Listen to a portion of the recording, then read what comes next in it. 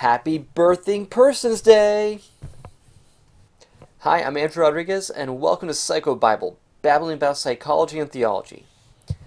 Yes, as we continue on our journey into clown world, the deconstructionists are now calling mothers birthing persons. Now, I've heard some commentators say it must be because they are reducing women down to their reproductive capacities.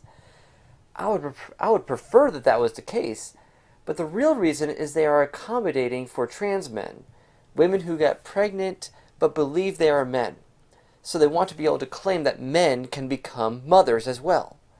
So the new PC term will be birthing persons. It's just a matter of time before everyone's having to use that term. Instead of mothers, it will be birthing persons. Now, it may sound like a neutral, non-offensive term, but it is actually quite dehumanizing. And here's how. As we fall into this modern, or postmodern rather, Gnosticism, facilitated by Cartesian dualism, separating the body and spirit, we lose sight of what it means to be human. We're confused about who we are. Traditional Christian doctrine, made explicit in John Paul II's Theology of the Body, cuts through this confusion. The Bible, God's Word, is clear on this. We are not souls trapped in a body. God is spirit, but He made humans to be an image of Him. Not to be Him exactly as spiritual beings, but to be images. We're made in His image. So we are made to reflect who He is. He made our bodies to be sacramental, to reveal a great mystery about who God is. It says in Genesis 1:27, so God created man, as in mankind, in His own image. In the image of God He created him. Male and female He created them. And then He breathes His spirit into man and he becomes a living being. So a human is the unique union of spirit and body. To separate spirit and body is death. And that's what we're dealing with, the culture of death. And then He calls the male and female to be fruitful and multiply. Remember, he made them in His image, male and female He made them. So there's something about being male and female that has to do with being made in the image of God. He calls us to a one flesh union in marriage. For this reason, a man will leave his father and mother and be united to his wife, and they will become one flesh. Genesis 2:24. And so our sexuality, our capacity to reproduce through sexual union, is at the core of what it means to be human. And the body reveals who you are. It reveals the person. Your body is not arbitrary. It reveals who you are. We understand this innately. But with this Cartesian, Manichaean, Gnostic heresy, we've been accustomed to this idea that your mental view of self, your self-concept, is your identity. I don't even like saying that because identity should be based in something objective. Okay? But we've been accustomed to this idea that your mental view of self and your body can be totally unrelated. That's like the tenet of this current gender theory, is that gender and sex are different and not necessarily related anyway. And gender is your view of yourself. Like, what does that mean? If it has nothing to do with the sexual difference, what does that even mean? It's ambiguous, it's incomprehensible, it's incoherent. And with the progressive forms of feminism and applied postmodernism like gender theory, we've morphed gender to mean the roles and stereotypes associated with one's sex. And then we've declared that to be an arbitrary social construct used to oppress people from being their true selves, which is something that only they would know. You can only determine who you are. Your identity is self-constructed. But at the same time, we're saying it's a social construct. It's incoherent. And then with the advent of birth control, we've been able to further separate reproductive capacity from our sexuality, from our sexual identities. And so now gender is just this internal sense of self that has no objective basis in reality. This culture of contraception, and just look at the word, contraception, contra, against, conception, against becoming pregnant, against, actually conception doesn't just mean pregnant, it also means to grasp, to take in, to comprehend concepts. So contraception actually means to be against comprehension, to be against understanding of the meaning of your body. So this culture of contraception just bursts confusion as it pushes reproductive capacity to the background and makes secondary things like appearance, stereotypes, personal opinion take primacy in determining your identity. We've lost sight of how the body reveals your identity. And yet, at a primal level, we understand that the body reveals the person. Otherwise, we wouldn't have things like so-called sex reassignment surgeries, or as they now want to call them, gender confirmation surgeries. It's like we know the body needs to confirm this identity I have in my mind. They cannot just be content with the gender incongruity, with the gender being one thing and the body being something else. They know deep down that the body must reveal the person. So they view it as an obstacle to overcome. And this is how this current deconstruction of male and female, of fathers and mothers, is dehumanizing. And isn't it interesting that the sex that suffers most is the female? We're denying women that what makes them particularly special is their capacity to birth new life. Women have been persuaded that freedom and power comes from sterilizing themselves through puberty blockers and turning their wombs into tombs by aborting their children. It's a lie. And then we're collectively falling for this lie that men can become women and compete against them in their own categories, like in athletics. We award men who believe they're women, sending the message that men can make better women than real women. And then for women to succeed, they have to adopt more masculine strengths and roles and traits. So we downplay or we totally dismiss the feminine, the traditional and usually innate feminine strengths that women have. We dismiss them and we despise them. And we promote only the masculine traits. And we map them onto females. So that the only successful woman is a woman who acts like a man. So this is a problem our entire culture has. This is no accident. From the beginning of the fall, there has been enmity between Satan and women, because he knew that it would be through her reproductive capacity that God would become flesh, defeat the kingdom of darkness, and redeem mankind. So he has made it his mission to confuse us about our identities as men and women and bring enmity between men and women, so that we do not come together in God's call of loving, marital, one-flesh unions that bring life. In this ancient Gnostic heresy, rupturing the union of spirit and body, we come to believe that matter itself is evil. Therefore, childbearing is immoral or inconvenient at best at a lot of times. Because maternity is the bringing of more matter into existence. So when you have this belief that matter is bad, that the physical world is bad, and our goal is to escape from it through gnosis or through being more awakened, then bringing more matter into existence would be a bad thing. Just look at the word mother. It comes from the Latin matter, the same word we use for all things in the physical world. The word matter means origin, source. Mother. It's that which births. So this is a situation we're in. So how does God restore the dignity of women? He fulfills it in Mary.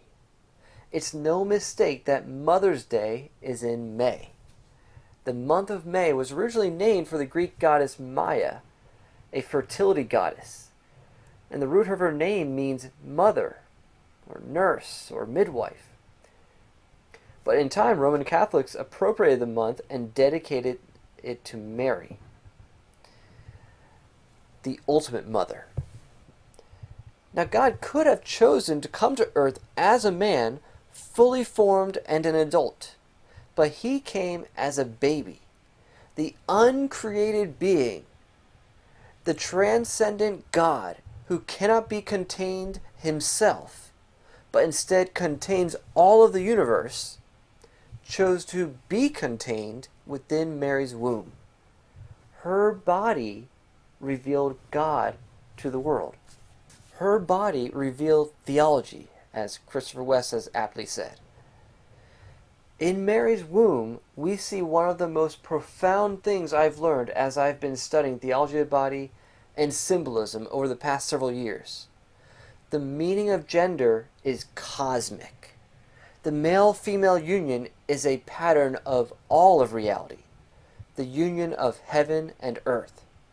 God coming into the physical realm, remember, into matter, and by imparting his spirit, creating new life.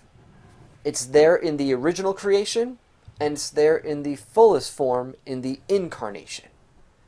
The spirit moves over Mary's body, just like in Genesis, the spirit moved over the face of the deep, over the chaos. Well, in the same way, the Spirit moved over Mary's body once she willingly chooses to receive this gift and responsibility. And she conceives life himself. Remember, Jesus is the way, the truth, and the life. And so she becomes a model of all who open to receive this gift. That is why when it comes to how we relate to God, we are all feminine and he's masculine, because she is a model for the entire church. She represents the whole earth that chooses to unite with heaven. And she becomes the first created being, first human, to enter into the family life of the Trinity. That is the highest honor that any human could be given by God. Now, we're just a few weeks removed from Easter, or Pascha, or Resurrection Day, however you decide to call it.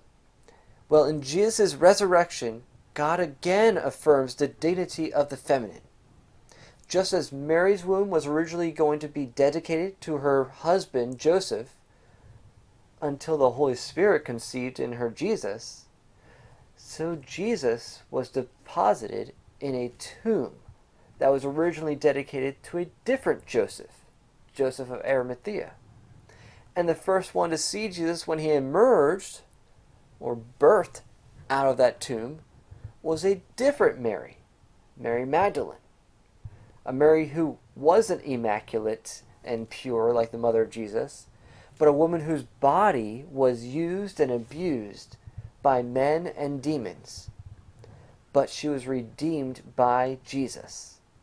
So you got two Josephs, two Marys, not quite related in the same ways, but you also see two holding places. Mary, the mother of Jesus, her womb, dedicated to God, to become the birthplace of God the Son. And then the tomb of Joseph of Arimathea becoming dedicated to God the Son, so that he would resurrect from there as a new man, the new Adam. That tomb became a womb that birthed the resurrected Jesus Christ. And that becomes a symbol of God's heart for all women who have been victimized by this culture of death, who now see their sexuality, the very thing that makes them unique in the image of God, as a curse. He comes to purify and renew your barrenness, abuse, and shame. And by entrusting his Son to be raised by a woman, to be mothered, God also affirmed the strengths of the feminine. The postmodern feminists consider these sex-based roles and traits, what they call gender, to be social constructions that make women vulnerable. And some stereotypes are just that, stereotypes, and they do make women vulnerable. Like when we say that women can't do the same type of jobs as men, or they have to just stay at home, and there's some of these ways that historically we've held women back in pretty much arbitrary fashions. Yeah, they have made women more vulnerable. But there are feminine roles and traits that may emerge biologically or by socialization, but they nevertheless image God's own femininity. Yes, God is not male or female, but he designed male and female to image, respectively, his masculinity and femininity, which are his modes of relating within the community of the Trinity. So he is in this constant state of initiation and receptivity, of giving and receiving, and of giving the gift of life and being open to receive it and birthing new life. He's just, and of being masculine and feminine within himself. This is the life of the Trinity. And he's called us into this life himself. And so he's modeled male and female to represent those aspects of himself, his masculinity and his femininity. And when we understand true femininity, we understand that all women are called to be mothers. John Paul II said that motherhood is every woman's vocation, just as it was Mary's. A mother is one who understands everything and embraces each of us with her heart. So if you are a woman, whether or not you have biological children or they're not in your life, you are called to mother. And mothering is a verb. It's a way of relating. And there are core capacities of femininity that reflect God. We see these in Mary, and I hope you can see them in your own mother, or in your spiritual mother if you have one. Now, my mom is not perfect, but this is Mother's Day, and I want to honor her by seeing how she images God in these uniquely feminine ways. First, there's receptivity. Now, the Hebrew for female is nekavah, which means pierced or bored through. It has the idea of being opened to receive. And when Gabriel approached Mary with the proposal to give birth to the Messiah, she had the option of opening to receive or closing herself off. And thank God she chose to receive. So that is the Marian posture, that openness to receive whatever gift that the Lord wants to bestow upon us. Now, even the female body images this receptivity. Obviously, pierced and bored through is referring to something, especially when you consider the Hebrew word for male, zakar, which has two meanings, to remember, but also sharp and pointed. So you kind of get the idea. Zakar, sharp and pointed, and nekavah, pierced and bored through. So receptivity is communicated in the body, but it's also communicated in the body, particularly in its softness. Like women have extra deposits of body fat. They have wider hips. They're sort of shaped to be welcoming. And it makes mothers more ready to welcome and receive and nurture. Interestingly, the Hebrew word for woman, isha, means soft and frail, which is a complement to the word for man, ish, which means strength. So male strength and female softness combine to make a whole that is just what children need. I think about my mom. She loves to open up her home to all sorts of people. I mean, this is how it was growing up. Whenever there was a new person at church that was from another area, my mom was eager to invite them over, especially if they're single and they didn't have their own family in the area. We welcomed people into our home. We had so many adopted people into our family. And then, after I moved out, my parents, they opened up their home to be a place for traveling ministers. They just hosted people. They met so many people from throughout the country or throughout the world. They loved my mom. I mean, they both do. But if it wasn't for my mom, this stuff would not happen. It was through my mom's effort that they just were so welcoming to people, and they're hospitable. And they still are. Now they're living down in South Carolina now, and they're living in a mobile home park, but they've opened up their home, and they've opened up the community center to start up a Bible study. They're always looking to receive people and invite them in and give them a home. The next feminine strength is sensitivity. And yes, that is a strength. It's this knack for noticing the needs of others. That's very helpful. Okay? Mary demonstrated this at the wedding at Cana, seeing that they ran out of wine, and she approaches Jesus to do something about it. Now, she didn't nag him or tell him what to do, but she saw the need and worked behind the scenes to fulfill it. She imaged God's own meticulous care over all his creation. My mom, too, is always thinking about the little details that need to be taken care of, always trying to accommodate and make her plans work around others' plans. If you're sick, she'll have a bunch of remedies and tips. It can be a bit much, but it's what moms do. And the third feminine strength is generosity, being a gift of self.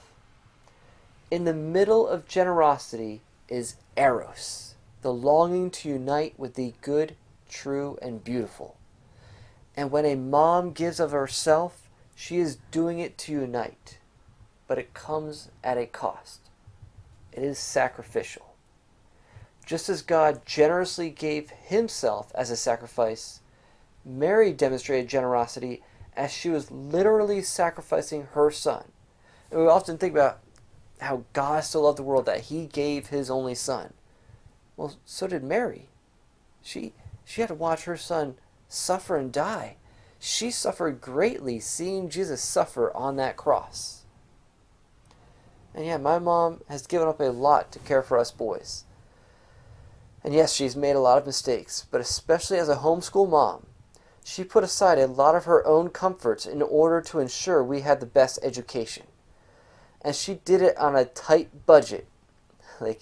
I grew up kind of scoffing at kids who went to public school who complained that they need to raise more money. I'm like, I grew up with nothing. My public library was my school. That's where I got my resources. We grew up poor, but my mom figured out ways to make it work. She was the coupon queen. We didn't shop anywhere if she didn't have a coupon. She knew how to make that penny scream. And so she was willing to sacrifice comforts until she knew that we had what we needed. Now, earlier I said that your body reveals who you are. But more so, our sexual differences and the call to unite as one in marriage reveal who God is as an eternal communion of different persons and our destiny to enter into that union. So our bodies reveal not just who God is, but also our destiny, that we're meant to unite with him as the bride of Christ. So what God has put together, let no man separate. God is the one who created this idea of sexuality, of gender, of marriage. And when we distort it and we deconstruct it, we lose the meaning of it. So do not fall for this deconstruction of our language and understanding of who we are. Remember, the enemy steals, kills, and destroys, or deconstructs, you could even say. But God comes to give life and give it to the full, to bring fulfillment. And he reveals that abundant life through mothers, not birthing persons. All right? So, happy Mother's Day to all you women out there. Whether you have children or not, know that you are called by God to mother in some way. And a happy Mother's Day to you in particular, Mom. Alright, guys. Don't forget to like, comment, share, subscribe. Until next time, God bless.